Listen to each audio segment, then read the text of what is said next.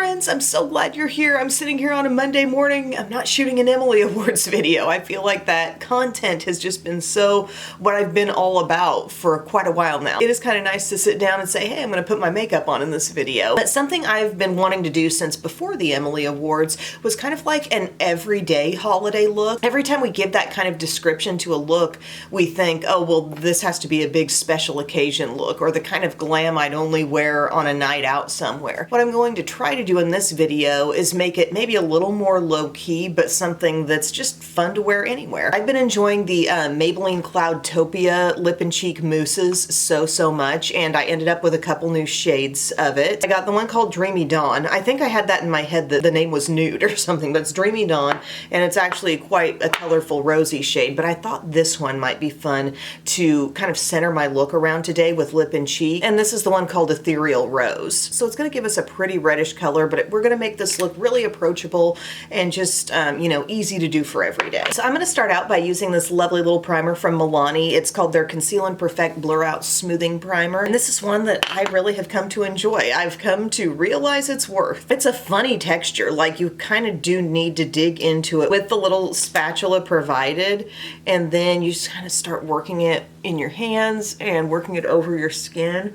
And I do think it has an effect on pores, and I think it really has a good effect on staying power. And if you tend to get a little bit oily around your nose and you use this as a base there, I do notice some better staying power, so we love that. I just can't thank you enough for the way you've supported the Emily Awards this year. The comments always kind of make me emotional. I appreciate you guys so much, and I just love getting to do that series around this time of year. And then it kind of feels to me like the remainder of the year that I have is just kind of for fun, you know, we're just having fun. Once that series is done, we're kind of freed up to just do whatever. I think I'm going to do my Lifter combo of products today. So the Maybelline Lifter Plump and Glow Foundation. 115 is my shade in this. This kind of came toward the Emily Awards a little too late, you know what I mean, in terms of being heavily considered for anything. I just felt like I liked it a lot, but I didn't have quite enough experience with it. But I gotta say, it's been going really well. I already used it and talked about it in another video, but I love the texture of it. It feels like it's giving you a little hydration boost and a little added glow to the skin, but it's somewhat controlled. It doesn't feel too much.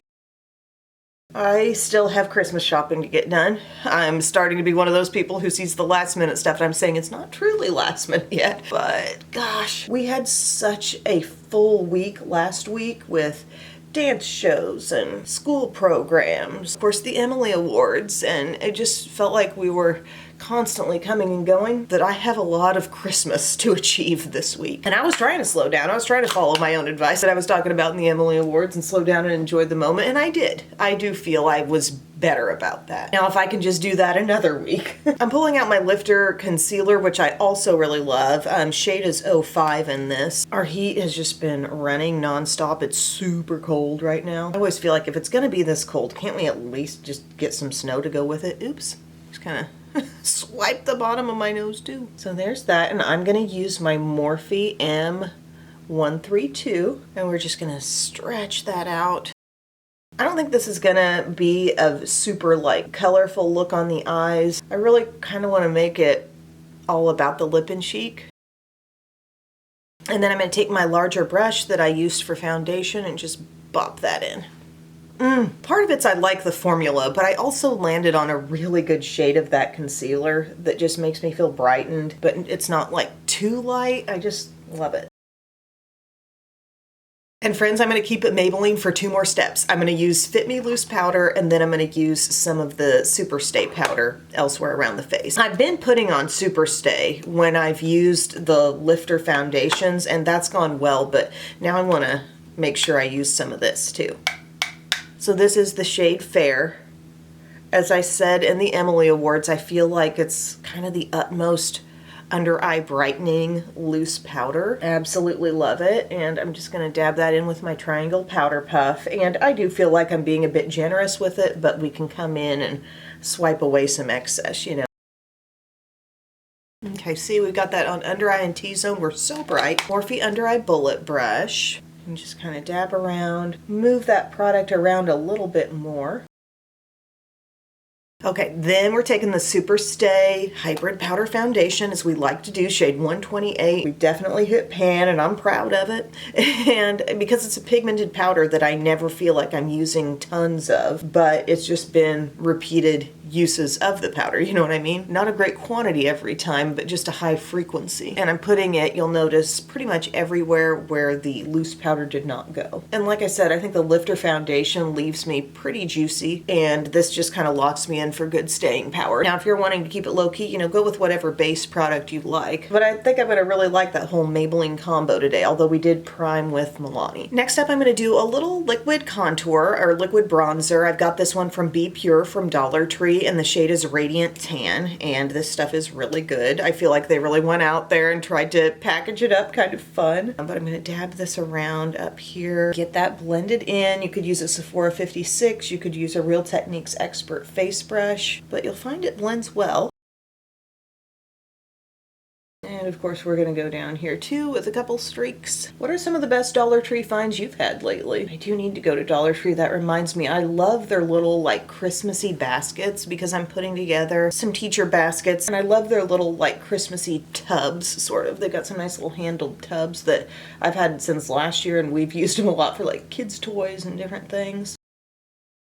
I think I got that applied fairly evenly. I feel like I want just a light wash of bronzer everywhere. When I'm feeling that way, I'll usually reach for a Rimmel Natural bronzer or like a Maybelline City Bronzer in 300. As far as my stash goes, they end up being my little bit softer bronzers. This one is in Sundance. Pick some of that up. This is just my Sephora angled brush, but lots of brushes could work for this step. And I'm finding myself going over where I applied the contour, but also a little bit more of the skin too. For example, I'll top it off here, but then I'll let that powder stretch upward, almost like on top of the cheeks too. Next up, we get to come in with our Cloudtopia, which I just love these products so much. I started out with the shade Toasted Sky. You saw that in a past video. In a short video, I did introduce you to these newer ones, so if you haven't kept up with the shorts, you can see a mini Ulta haul that I did that involved these, because I got them like, I want to say 40% off during Cyber Monday. It was great. Love paying what feels like old school drugstore prices. But this is Ethereal Rose. They had more of a brighter True Red, which I'm not ruling out as a future purchase, but I felt most drawn to this one. So what we have with these is a really dense mousse, I feel. It's not the super spongy, very air-infused mousse that Dream Matte Mousse was years and years ago. So just know that going in, it's gonna be a little more dense with color, but it's still gonna be really blendable, which is why they've kind of got me hooked. So I'm just taking it slow here, although I could totally have dabbed some to the other cheek too. But watch as we just press over this product with whatever kind of controlled application brush you like. I mean, we're not applying with this brush, I should say, we're blending with it. But this is just my smaller handled Sephora 56. And you can see how that bold red is working into the cheek and giving us this stunning rosy cheek. Like, I adore the way a shade like this sheers out. It's making me think a little bit of when I've put Cherries in the Snow on my cheeks. That's a Revlon lipstick, and it's sheared out just looking so outstanding. Like, oh, I love that. Okay, let's do the other cheek. Again, it's very intense, but you don't have to be scared. Just dab it on, and then do a little stippling motion over the top. I'm letting some come down to the apple of the cheek because I feel like that makes sense to me. Like, I want to see some blush come when the face is facing forward. I don't just want the blush to be out here. I want some to show toward the apple. Press, press, press over the skin. I'm letting it come up fairly close to the eye. Love it. And then we're going to just go ahead and set the scene for everything by putting some of this on the lips. Just soft application. What this feels like on the lips is like kind of a blotted lip look, you know? Oh, I love it. That is so good. It's giving a festive vibe, but look, we just multitasked one product for those two steps. Beautiful harmony there. I'm really loving the finish of the skin too, to the point where I'm not clamoring to add highlight even. What I will do is go in and add to my brow. This is just my CoverGirl Clean Fresh Nano Pencil, a 2-time Emily Award winner. I have medium brown, but I have worn dark brown too. Repurchasing in medium brown was just an error on my part, but I love the way this just reaches right in. It gets down to the skin, applies product exactly where you need it, but kind of charges through that existing brow hair to get there in a way that thicker brow pencils don't do quite as well. Plus you can get those itty bitty hair-like strokes, fluff it up. Trying to get the left brow going here. It's not quite as thick as the right, but that's okay.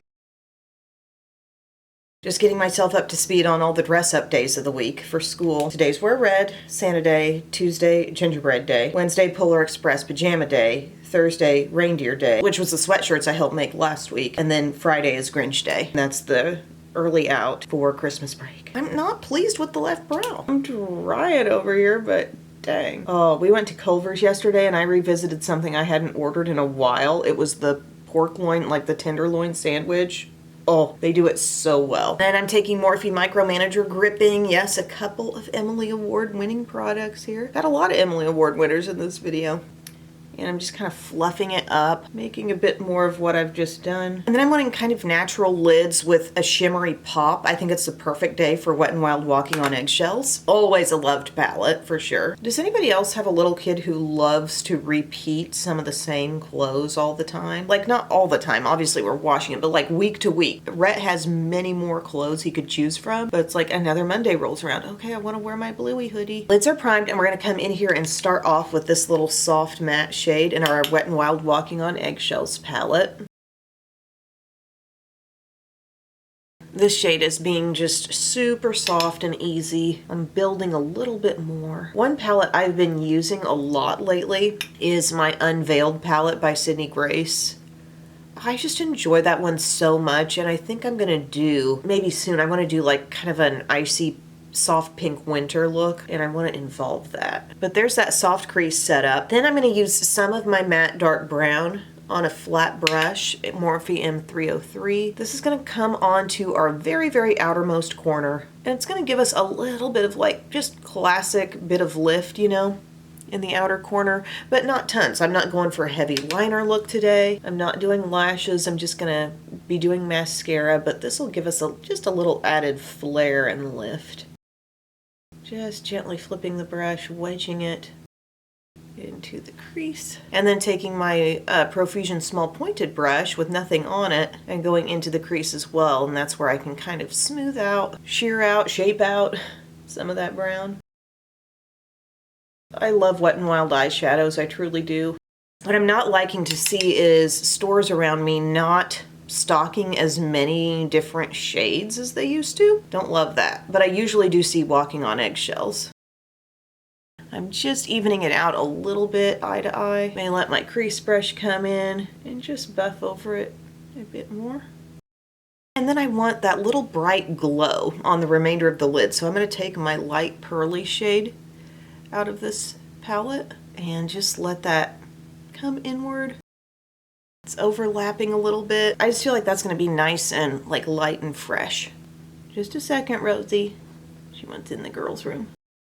Okay, I'm loving this so far, and then I'm just going to curl my lashes and put on some Essence Lash Princess False Lash Effect. There's Bisky. I always feel like this mascara, or any mascara for that matter, has the truest chance to shine when you don't have eyeliner on, because then you can really like see the lashes. The lashes get to stand out more from absolutely root to tip. Anybody else feel that way? Like if I had put some black liner on, yes, there is the thought that, oh, your lash line looks thicker. All right, I just got cut off by my memory card and had to unload, but I was just talking about how the visibility of the entire lash increases when there is actually no liner there. So you look at that and how pretty that shows. And what I think was a little bit extra defining for this look was just giving ourselves a little casual brown in the outer corner for some lift. And then how would you step this up if you wanted to make it so much more glam for later in the day? Like largely you could stick with the lip and cheek, but maybe you pop on a false lash, or maybe you add a little highlighter. Maybe instead of a bare lower lash line, you smudge a little smoky shadow stick there. Maybe you gloss up the lip, you know, instead of just leaving it at this color. always gonna love the way this mascara builds up quickly. I'm gonna go in for another coat here. Love. And then I am going to put a little e.l.f. lash extender on the lower lashes real quick. It doesn't have to be a lot, but it just kind of makes me feel a little more finished.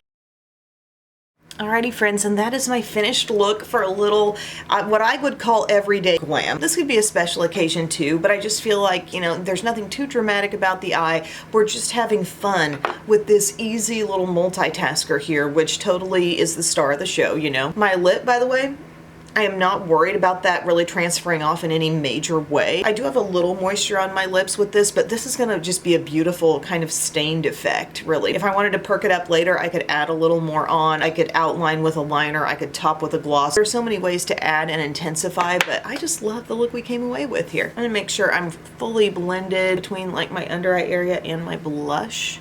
It's looking good. But yeah, thank you so much friends for stopping in. Hope you're having a good week so far. Stay warm and I will see you again soon. I love you. Bye.